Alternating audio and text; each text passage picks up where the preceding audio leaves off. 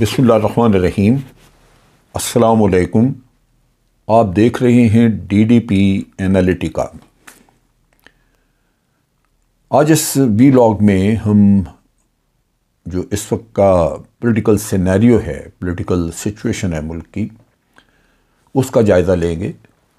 کچھ conspiracy theories, کچھ افواہیں اور کچھ حقائق، وہ سب چل رہا ہوتا ہے اور اسی کی وجہ سے آپ کو میڈیا میں گہما گہمی نظر آتی ہے اور سیاسی میدان میں جوڑ توڑ نظر آتے ہیں۔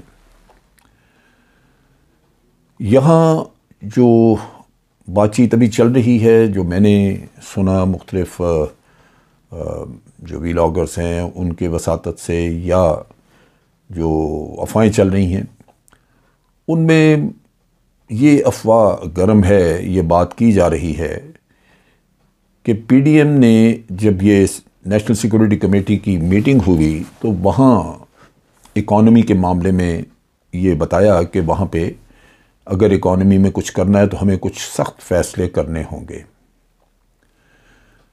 یہ ڈیفینیٹلی سخت فیصلے کرنے کے لیے عوام کا خون نچوڑنا ہی ضروری ہوگا، کیونکہ سخت فیصلے اپنے لیے تو نہیں کرنے ہوتے۔ اگر سخت فیصلہ ہو تو یہ جو جائیدادیں یہاں لوٹ مار کی بنی، اب اسحاق ڈار آئے باہر سے اکانومی ٹھیک کرنے، تو سب سے پہلے تو انہوں نے اپنی اکانومی ٹھیک کی، اپنے اثاثے سارے وصول کیے، 50 کروڑ روپیہ تو ان کے اکاؤنٹ میں پڑا ہوا تھا، وہ سب باہر چلا جائے گا فوری طور پہ۔ اور اسی طرح باقیوں نے بھی سخت فیصلے جو ہیں وہ عوام کے لیے اور اپنی ذات کے لیے نرم اور اچھے فیصلے، جس سے کہ اپنی لوٹی ہوئی دولت اس کو سیکیور کیا جا سکے۔ لیکن اس کے ساتھ ایک شرط انہوں نے رکھی کہ عوام کو چونکہ ہم نے اس کا گلا دبانا ہے، اس لیے عوام کی چیخیں نکلیں گی، اور عوام پھر جب بھی کبھی الیکشن ہوتا ہے تو جنہوں نے ان کی چیخیں نکالی ہیں ان پہ تھوک دیں گے، ان کو وہ ووٹ نہیں دیں گے، ان کی پذیرائی نہیں ہوگی، اور وہ پھر عمران خان کو حکومت میں لے کے آئیں گے۔ اس وجہ سے یہ کہا جاتا ہے کہ انہوں نے مطالبہ کیا ہے نئے آرمی چیف سے۔ یہ کس حد تک درست ہے میں نہیں کہہ سکتا، لیکن اس پہ بہت بات چیت چل رہی ہے، اور مطالبہ یہ کیا ہے کہ جناب اگر آپ چاہتے ہیں اکانومی ٹھیک کریں اور پھر اس کے لیے ہم بڑے مشکل فیصلے کریں، تو عمران خان کو ہر حالت میں نااہل کروانا ہوگا، تاکہ وہ میدان سے ہٹ جائے اور پھر ہم الیکشن بھی لڑ سکیں اور آئندہ کے لیے بھی ہمارا لوٹ مار کا سلسلہ چلتا رہے۔ یہ وہ کھیل ہے جس کی بازگشت جاری ہے۔ اس کو اس بات سے بھی تقویت ملتی ہے کہ میاں نواز شریف کے بارے میں ان کی ایک گفتگو جو میڈیا پہ آئی اور اس وقت کے مستند لوگوں نے اس پہ بات کی، وہ یہ تھی کہ جب میاں صاحب کو کسی جرنلسٹ نے سوال کیا کہ جب ملک کی اکانومی ٹھیک نہیں تھی، حالات اتنے برے تھے اور پھر آگے مشکل فیصلے کرنے تھے، تو آپ نے یہ ذمہ داری کیوں قبول کی؟ آپ نے کیوں یہ ذمہ داری لی حکومت کی؟ آپ حکومت نہ لیتے؟ تو میاں صاحب نے کہا تھا کہ ہمیں یہ وعدہ کیا گیا تھا کہ اگلے الیکشن میں عمران خان نہیں ہوگا، اور یہ بھی کہا گیا تھا کہ اگر آپ حکومت نہیں لیتے، یعنی عمران خان کی گورنمنٹ کو گرانے میں آپ مدد نہیں کرتے، تو پھر اس صورت میں عمران خان جو ہے وہ آگے پھر 10 سال تک چلے گا، کیونکہ وہ اپنی مرضی کا چیف بنا لے گا اور پھر آپ کو مشکلات ہوں گی۔ چنانچہ اس سے اس بات کو تقویت ملتی ہے کہ PDM کی صفوں میں، خاص طور پہ جبکہ وہ ان کو چلانے والا میاں نواز شریف ہے، یہ سوچ موجود ہے کہ کسی نہ کسی صورت میں ہم نے عمران خان سے جان چھڑانی ہے۔ اللہ تعالیٰ کی رسی دراز ہے، کسی وقت تو گرفت ان لوگوں کی ہوگی، کیونکہ انہوں نے ہر اس شخص سے جان چھڑائی ہے، اس کو برباد کیا ہے، اس کو ملک سے خوار کیا ہے، جس نے کسی نے بھی حق کی بات کی اور ان کی مخالفت کی۔ اب اس کام کو پایہ تکمیل تک پہنچانے کے لیے پنجاب کے اندر جو کارروائی شروع ہے وہ ہے کہ کسی نہ کسی طرح یہ جو حکومت پرویز الہی کی، جو عمران خان کی یا PTI کی بیکنگ سے چل رہی ہے، اس کو ختم کیا جائے۔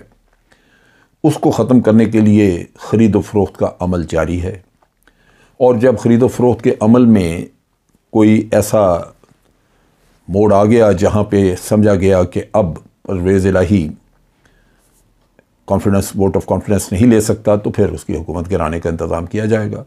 ان اینی کیس خود بھی ووٹ آف کانفیڈنس پرویز الہی نے لینا ہی ہے، اور اس کے ووٹ آف کانفیڈنس لینے سے پہلے خرید و فروخت کا عمل جو ہے اس کو مکمل کیا جائے گا۔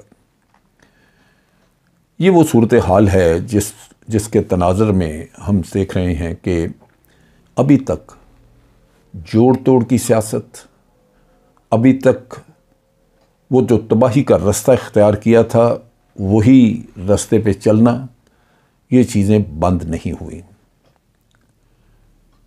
میں ایک سینئر ویٹرن کی حیثیت سے، ایک سینئر سٹیزن، ایک پاکستان آرمی کا سینئر ویٹرن جس نے اپنی جوانی زندگی اسی فوج کے ساتھ گزاری، جو آج بھی افواج پاکستان کا ہر لمحہ ہر جگہ دفاع کرتا ہے،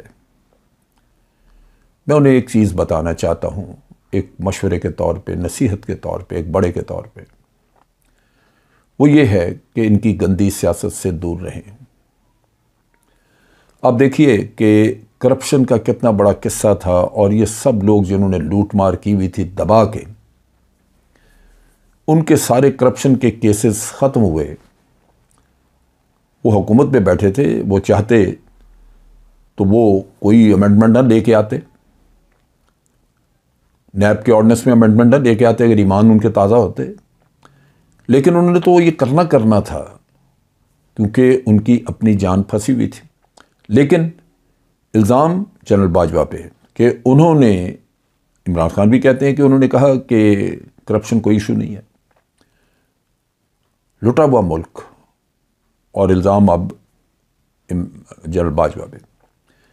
اسی طرح مفتاح اسماعیل نے بھی کہا کہ ہمیں تو فوج نے مجبور کیا کہ یہ امینڈمنٹ کریں۔ یہ ذہن میں رکھیں کہ اگر آپ پی ڈی ایم کی سیاست میں ساتھ رہیں گے، کسی کی بھی سیاست میں ساتھ رہیں گے، تو اچھے کا کریڈٹ وہ لیں گے، اور جو خرابی ہوگی، جو برائی ہوگی، اس کا سارا ملبہ افواج پاکستان پہ ہوگا، آرمی پہ ہوگا۔ آرمی یہ افورڈ نہیں کرتی کہ وہ عوام میں اپنی عزت گوا بیٹھے۔ پہلے ہی یہ رجیم چینج نے تباہی مچا کے رکھ دی ہے۔ سینئر آفیسرز کے نام ملائن کیے جا رہے ہیں، سینئر آفیسرز کے اوپر گندگی اچھالی جا رہی ہے، جس طرح برا بھلا کہا جا رہا ہے، یہ کسی بھی صورت میں ہمارے ادارے کے مفاد میں نہیں ہے۔ یہ چیزیں کراس دا بارڈر بھارتی پروپیگنڈا مشین نے بھی پکڑی ہیں، اور وہ سوشل میڈیا پہ آگ لگا کے رکھ دی انہوں نے۔ اب یہاں پہ سمجھنے کی بات یہ ہے کہ عمران خان نے جس دن وہ حکومت سے نکلا، اس سے اگلے دن ہی جب اس نے کال کیا تو لاکھوں انسان سڑکوں پہ ہر شہر میں باہر نکل آئے۔ حالانکہ اس سے پہلے 3.5 سال پی ڈی ایم کی 13 جماعتیں ہر جگہ جلسے کر کے، تقریریں کر کے عمران خان کو نیچا دکھانے کی کوشش کرتی رہیں۔ مہنگائی اور بد نظمی اور بیڈ گورننس، ہر چیز کا الزام لگایا، لیکن عوام باہر نکلے۔